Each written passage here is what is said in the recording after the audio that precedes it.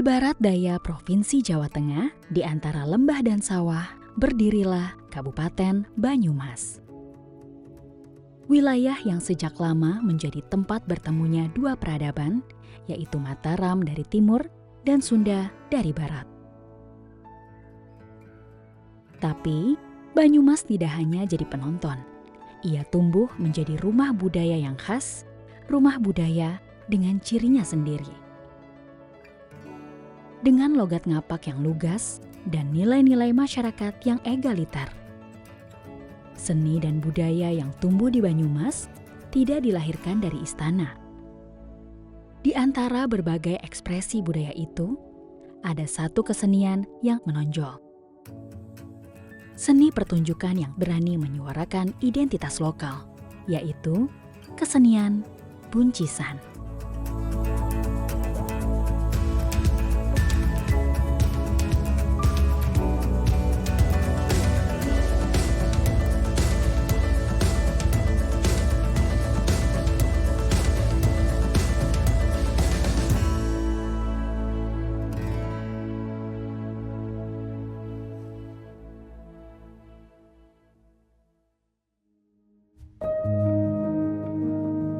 Dalam kehidupan sosial ekonomi, masyarakat Banyumas pada umumnya hidup sebagai petani.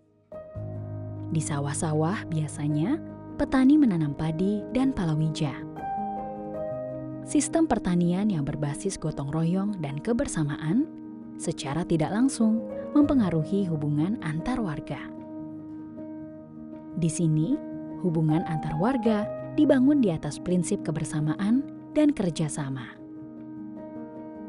Masyarakat Banyumas menampilkan watak yang disebut dengan cablaka, yaitu sikap keterbukaan, kejujuran, kelugasan, dan ketidakterikatan pada formalitas berlebihan. Dari sini dapat dipahami bagaimana semua ini memberikan nuansa dalam kesenian masyarakat Kabupaten Banyumas. Salah satunya kesenian buncisan.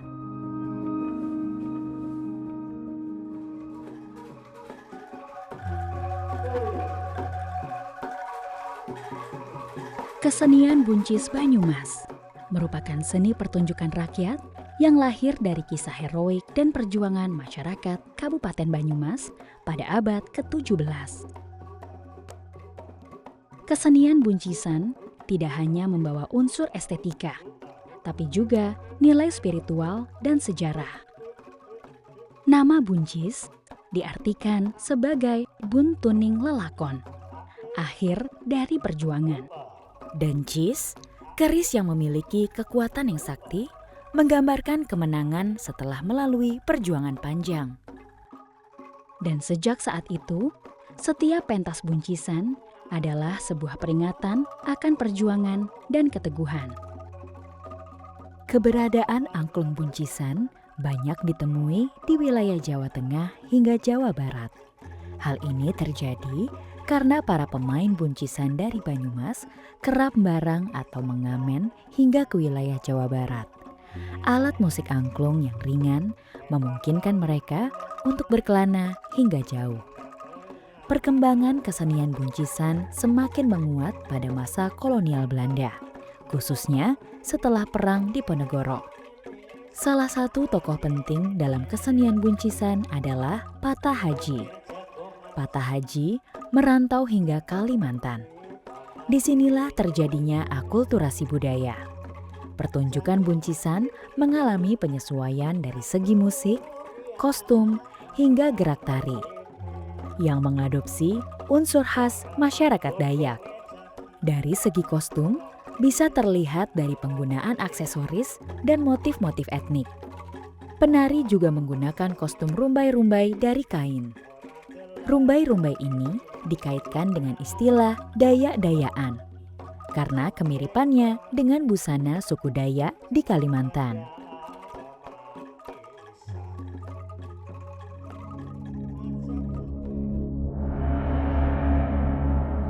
Ya, sejarah daripada kesenian buncis ini awal mulanya adalah kesenian yang sudah cukup langka, dan kesenian ini menggambarkan pelariannya atau larinya prajurit Jawa ke Tanah Dayak, dan setelah sampai ke Tanah Dayak itu prajurit Jawa itu menyelamur ya, jadi orang Dayak, sehingga kesenian buncis identik dengan yang mahkota bulu-bulu ataupun yang menyerupai dengan orang Dayak.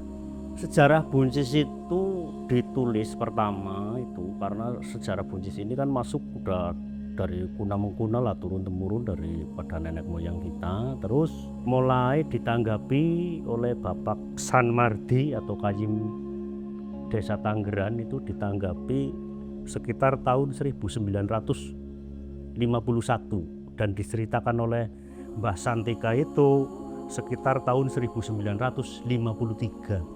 Itu mulai awal ditulis sejarahnya, atau Mbah Santika itu sebagai narasumber awal daripada kesenian buncis. Ya kalau waktu itu nggak ada sanggar. Kalau dari dulu itu kita belajar dari ya intinya satu tempat rumah. Sebagai ketua buncis pada waktu itu dulu belum ada sanggar pada waktu itu, karena masih zaman dulu sih, sekitar tahun 1953 itu kan. Jadi biasanya mereka berlatih di halaman rumah seseorang itu dulu ya, atau sebagai ketua buncis pendahulu kita. Keunikan daripada kesenian buncis itu satu orang memegang satu alat musik angklung, satu orang pegang satu notasi. Nah, satu kesatuan itu digabungkan menjadi irama musik, dan keunikannya dari kesenian buncis itu nabuh sendiri, terus nari sendiri, terus nyanyi sendiri. Itu keunikannya dari kesenian buncis itu dulu. Tapi seiring dengan perkembangan zaman, karena kesenian buncis ini agak unik dan agak sulit, jadi kalau yang era sekarang kita ditambahin ada sinden, pengendang biasanya sambil duduk. Kalau yang aslinya itu kan mengikuti irama tarian tersebut. Ya kalau kesenian buncis ini uniknya mereka itu pola lantainya melingkar. Karena melingkar itu menggambarkan satu kesatuan atau gotong royong. Apa saja yang terlihat berat kalau kita kerjakan bersama dengan gotong royong itu akan menjadi ringan. Itu gambaran daripada kesenian buncis kenapa melingkar.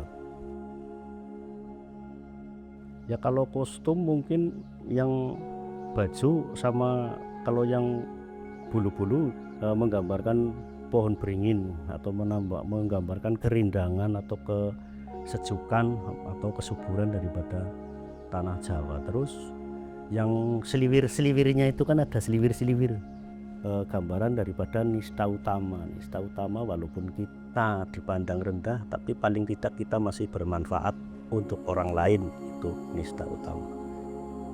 Kalau gendingnya ya, kalau untuk yang sakralnya itu eling-eling sama kulu-kulu. Lainnya juga ada seperti unruluwuk ataupun yang lainnya, masih banyak sih gending Banyumasan, tapi yang biasa kita gunakan untuk yang sakralnya untuk pertunjukan atau untuk wuru bahasanya terasa apa itu biasanya kita menggunakan gending eling-eling dan kulu-kulu. Kesenian buncisan adalah pertunjukan yang memadukan banyak elemen dalam satu panggung. Tari, musik bambu, vokal dengan ciri khas yang unik dan ekspresi spiritual. Instrumen utama dalam buncisan adalah angklung yang terbuat dari bambu tutul. Dengan frame berwarna merah dan ujung tabung suara dipotong miring. Inilah yang membedakannya dengan angklung Sunda. Iringan musiknya juga ditopang oleh kendang dan gong bumbung, menciptakan irama ritmis yang khas dan penuh energi. Dalam kesenian buncisan, para pemain memainkan angklung laras lendro sambil bernyanyi dan menari. Tapi, buncisan bukan hanya soal hiburan. Di puncak pertunjukan, penari bisa masuk ke dalam kondisi trans kerawuhan. Gerakan silatnya mencerminkan keberanian, musiknya menyuarakan perlawanan, parikannya membawa tawa sekaligus kritik sosial yang tajam namun jenaka. Dalam setiap pertunjukan buncisan, tubuh, jiwa, dan tradisi menyatu. Buncisan adalah bagian dari kehidupan. Namun di balik alunan musik dan gerak tari, tersembunyi pesan-pesan sosial. Parikan yang dilantunkan penari sering menyindir perilaku tidak adil, dari korupsi, kemiskinan, hingga ketimpangan sosial. Disinilah peran buncisan sebagai media komunikasi rakyat terasa nyata. Ia hadir untuk menghibur, mengingatkan, dan menguatkan.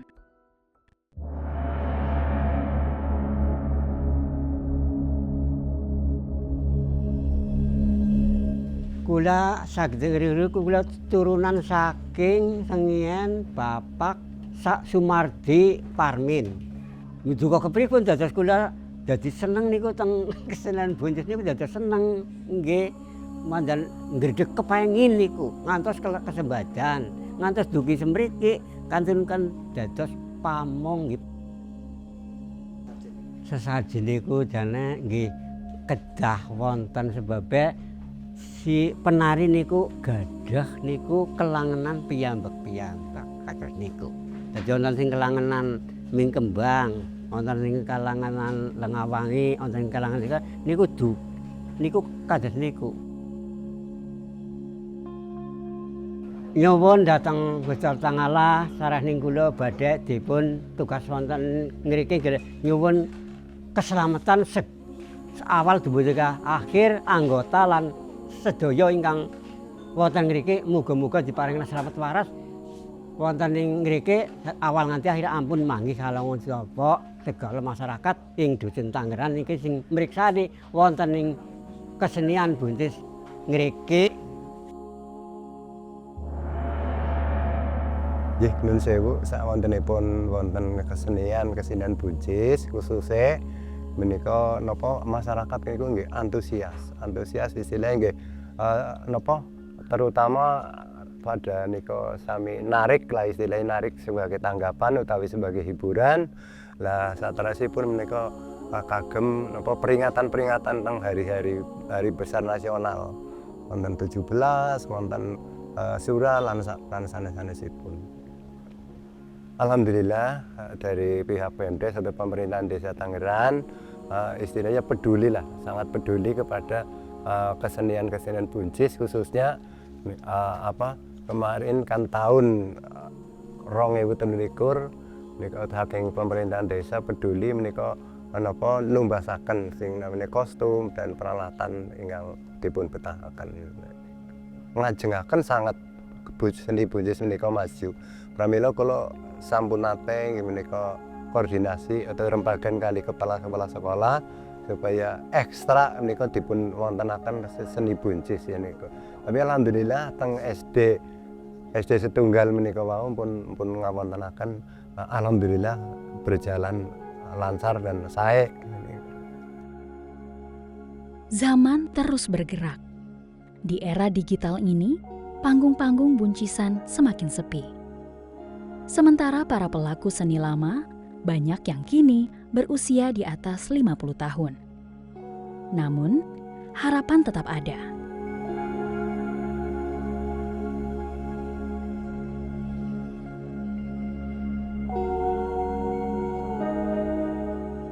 Desa Tangeran, di sini kelompok-kelompok seni masih menjaga warisan buncisan. Bahkan, beberapa sekolah telah memasukkan buncisan sebagai bagian dari kurikulum muatan lokal. Pelatihan pementasan dan digitalisasi dokumentasi mulai dilakukan oleh komunitas dan lembaga budaya.